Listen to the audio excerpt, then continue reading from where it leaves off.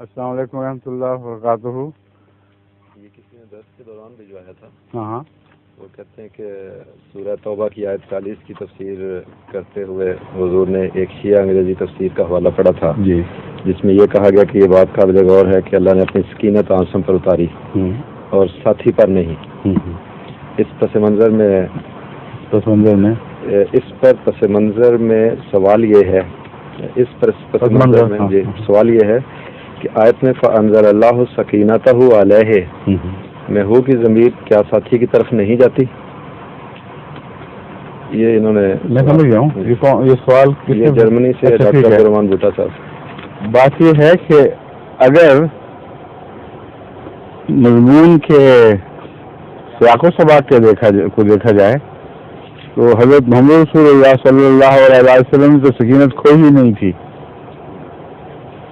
وہ تو سکینت عطا کرنے والے تھے. تو اگر محض آیات کے سیاق و سباق کو دیکھا جائے، موقع یہ ہے کہ غار حرا میں حضرت اقدس محمد مصطفیٰ صلی اللہ علیہ وسلم اور آپ کے ساتھی، قرآن کریم نے آپ کو آپ کا ساتھی فرمایا ہے حضرت ابوبکر. یہ جب پناہ گزین تھے تو دشمن غار کے منہ تک آ پہنچا اور وہ کھوجی جو قدموں کے نشان دیکھتے ہوئے وہاں تک لایا تھا، وہ ان سے کہہ رہا تھا کہ یہی ہیں، ورنہ پھر یا زمین نگل گئی ہے یا آسمان کو اٹھا کے لے گئی، اچک گیا ہے. اس کے سوا ہو ہی نہیں سکتا کہ کہیں ہوں. اور اوپر مکڑی میں جالا بنا ہوا تھا اور مضبوط جالے بھی بعض ہوتے ہیں، میں نے خود دیکھے، ان پہ کافی بوجھ پڑ جاتا ہے. وہاں کسی چھوٹے سے پرندے نے انڈا دے دیا تھا، بات کہتے ہیں کہ کبوتری نے دیا تھا، مگر ممکن ہے جس سے چھوٹا پرندہ ہو، اور وہ انڈا بھی اس پہ لٹک رہا تھا جھول کے اندر. تو دیکھنے والوں نے کہا کہ عقل کے خلاف بات ہے، یہاں ہو ہی نہیں سکتے. اور یہ جو کھڑے باتیں کر رہے تھے نیچے سے، بعض روایت سے پتہ چلتے ہیں کہ پاؤں دکھائی دے رہے تھے. اس وقت حضرت ابوبکر صدیق رضی اللہ تعالیٰ عنہ کو گھبراہٹ ہوئی اور انہوں نے خطرے کا اظہار کیا. اور یہ جو بتانے والے بتاتے ہیں، جو شیعہ روایت کرنے والے، کہ اونچی آواز سے ایسا کہہ دیا، یوں لگتا ہے جس کو خوف تھا وہ بے خوف ہو گئے تھے. وہاں یہ نتیجہ نکالنے کی کوشش کی ہے کہ رسول اللہ صلی اللہ علیہ وسلم کی جان کو خطرے میں ڈالا عمدن. حالانکہ بے چینی کو تو ان کو اپنی تھی، اگر ان کے خیال میں اپنی تھی تو وہ کیسی ایسی بات کر سکتے تھے اونچی آواز میں. اور اونچی آواز کیسی تھی؟ جو بحث ہو رہی ہے انہوں نے سنا بھی نہیں اور اسی طرح چھوڑ کے چلے گئے. خیر، یہ تو ضمنی بات ہے.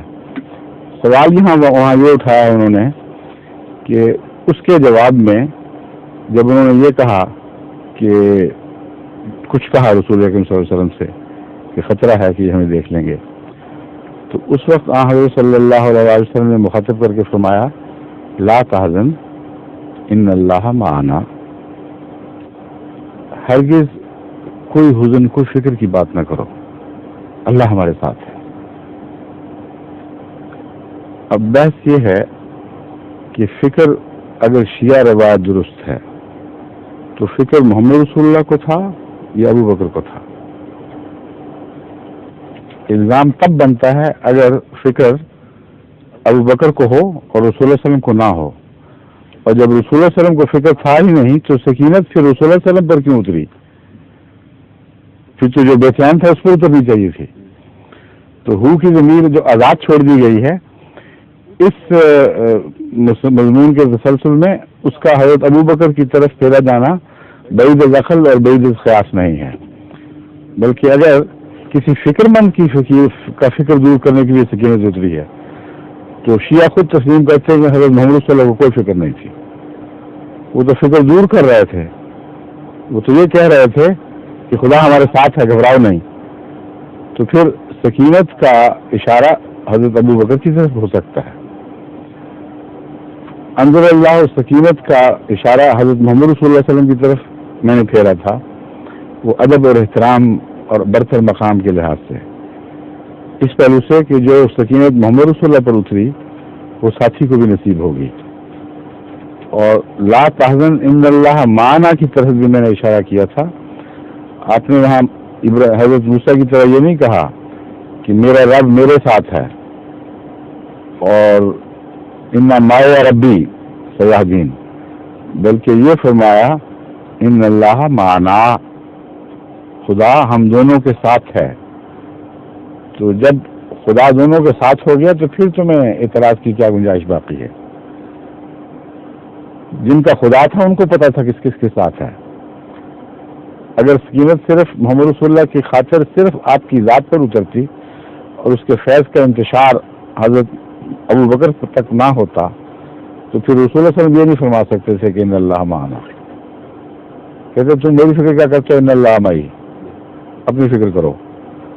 تو یہ سیاق و سباق مضمون کی جو طرز بیان ہے صاحب بتا رہی ہے کہ حضرت ابو بکر صدیق اللہ تعالیٰ کے فضل و رحم کے ساتھ حضرت محمد رسول اللہ کے ساتھی تھے اور نیک ساتھی تھے، اور اس پہلو سے حضور کے اوپر جو خدا کے فیض نازل ہو رہے تھے ان میں وہ بھی حصے دار بن گئے تھے۔